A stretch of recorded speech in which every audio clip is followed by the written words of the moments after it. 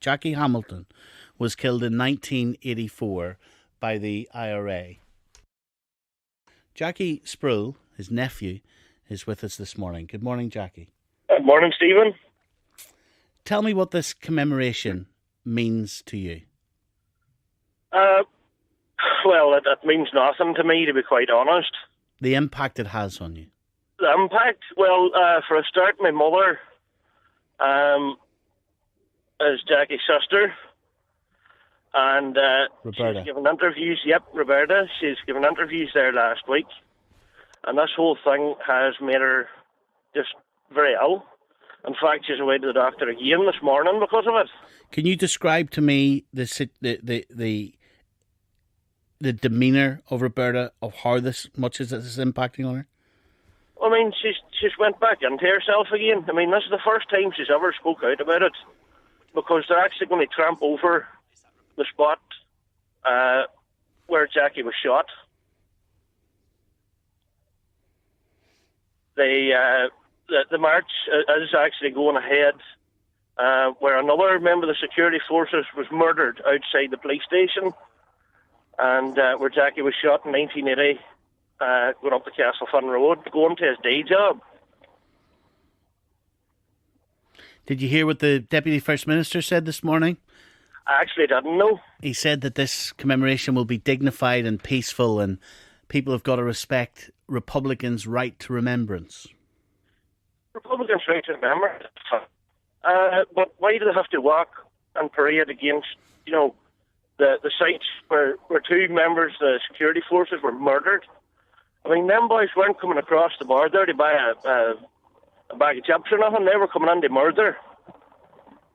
And it unfortunately for them, went off prematurely across the border in County Donegal. If they want to commit those two people's lives, why don't they do it on the spot where they blew themselves up? So why do you think they are doing it where they are? God only knows. I don't know why they're doing it. To be honest, it's nothing to do with orange and green as far as we're concerned in Castlederg. It's nothing to do with Protestant versus Catholic, because my Uncle Jackie was actually married in a Catholic. It's about right and wrong. Terrorism should not be glorified in any way, shape or form. Should that be loyalist, Republican, dissident, whatever. Does it make a difference to you that Sinn Féin have said there will be no reenactments? Not one bit. Not one bit. I just want to ask you again about Roberta. Yeah. And what you have seen in her. Mm-hmm. She's had to go to the doctor because of this, has she? Yep, she has. Because what's happening to her psychologically? Well, this has brought everything back. I mean, 13 days after my uncle died, my granny also died, her mother. She died of a broken heart. I mean, she didn't want to go on.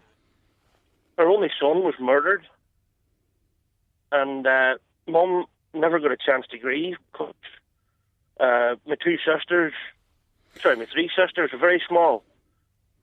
And she didn't have a chance to grieve then. What will your mother be doing on Sunday while this is happening? Well, all the family will be at the protest on Sunday. We'll be at the front of the protest, and we'll be having a peaceful, dignified religious service in the middle of the town, which is shared space, as Barry McElduff and Sinn Féin like to keep impressing upon us.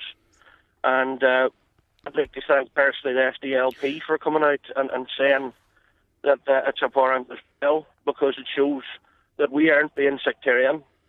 Jackie, finally, Martin McGuinness today has defended what he calls this commemoration, this act of remembrance. What is the direct message from your family to the Deputy First Minister, who says that he wants to reach out to all different communities in Northern Ireland and that he is a man of peace? What's your direct message from your family to Martin McGuinness? Well, I don't know from the family, but from myself, that's just a soundbite. I mean, they've taken off their boiler suits and they've put on their play suits. They might wear different clothes, but the IRA is still the IRA, no matter what you look at it. And the supposed act of remembrance is just an insult. And saying to the Protestant community, oh, we want to reach out, it's a disgrace. Jackie, thank you very much indeed, sir. Thank you. The 10 o'clock news on the BBC comes right now.